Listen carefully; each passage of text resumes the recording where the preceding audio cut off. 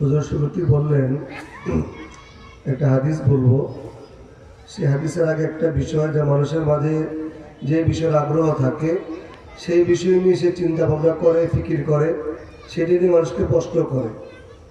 সাহাবা কেরাম রাদিয়াল্লাহু তাআলা আনহুম আজমাইন, ওনাদের ফিকিরই ছিল আল্লাহকে কীভাবে সন্তুষ্ট করা যায়, জাহান্নাম থেকে কীভাবে বাঁচা যাবে, জান্নাতে কীভাবে যাওয়া যাবে।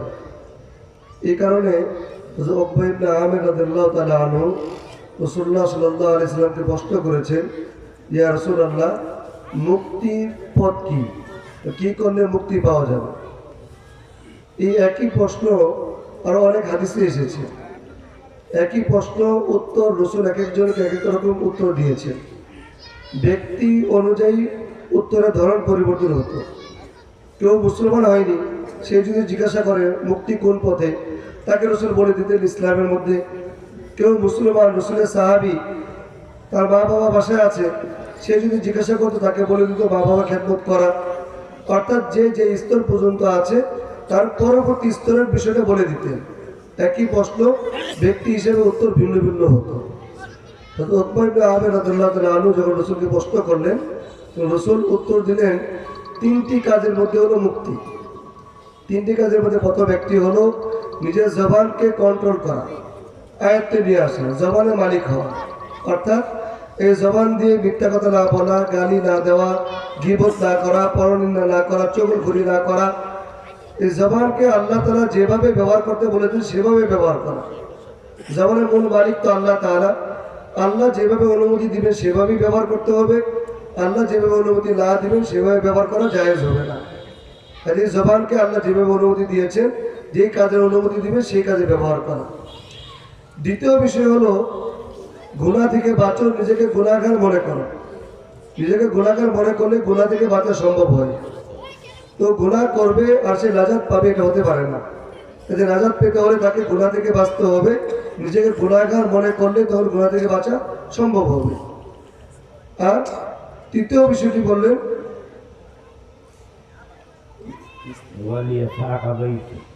তুমি ঘরে বসে থাকো। তৃতীয় বিষয় ঘরে বসে থাকো। ঘরে বসে থাকার উদ্দেশ্য এটা নয় নামাজ পড়ার জন্য বাইরে যাবে না, জিহাদে ডাক আসলো জিহাদে যাবে না, বাইরে অন্য কোনো কাজ করবে না, এটা উদ্দেশ্য নয়। বরং উদ্দেশ্য হলো ঘরে বসে থাকা দ্বারা উদ্দেশ্য তোমার ঈমানকে হেফাজত করতে হবে, আমলকে হেফাজত করতে হবে। ঈমান আমল হেফাজত করার জন্য যদি ঘরে থাকা লাগে তাহলে ঘরেই থাকবা, আর যদি বাইরে গেলে যদি ইমান আমল হেফাজত না হয় তাহলে বাইরে যাওয়া যাবে না। মূল উদ্দেশ্য যেভাবে ইমান আমল হেফাজত করা যায় সেভাবেই করতে হবে। এজন্য ঘরে বসে ইমান আমল হেফাজত করতে হবে। নামাজের জন্য বাইরে যাবে, প্রয়োজনে বাইরে যাবে, জিহাদের ডাক আসলে জিহাদে যাবে, কিন্তু যে কোনোভাবে হোক ইমান আর আমলকে হেফাজত করতে হবে। এই তিনটি কাজ যদি কেউ করতে পারে তাহলে সে মুক্তি পেয়ে যাবে। হুজুর বলছেন যে এই তিনটি কাজ জন্য আল্লাহ তাআলা আমাদের সবার আমলের মধ্যে নিয়ে আসেন। খুব চেষ্টা করা, নিজেরা খুব পাক্কা নিয়ত করে ফেলা।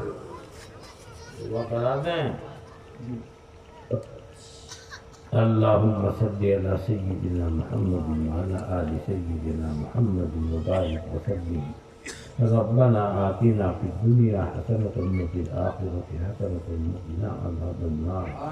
ربنا ظلمنا أنفسنا وإن لم تغفر لنا وترحمنا لنكونن من الخاسرين. اللہ تعالیٰ اس محفل کو قبول فرما، مدرسے کو قبول فرما، یہاں کے طلباء اساتذہ کی محنتوں کو، تعلیم و تعلم کو قبول فرما، یہاں کے محبین کی خدمات کو قبول فرما، دنیا اور آخرت میں بہترین صلہ اور جزا اور بدلہ ان کو عطا فرما۔ اے اللہ ہم سب کو دین کی خدمت کے واسطے قبول فرما اور علم نافع ہم کو عطا فرما اور اس کے مطابق عمل کرنے کی توفیق عطا فرما۔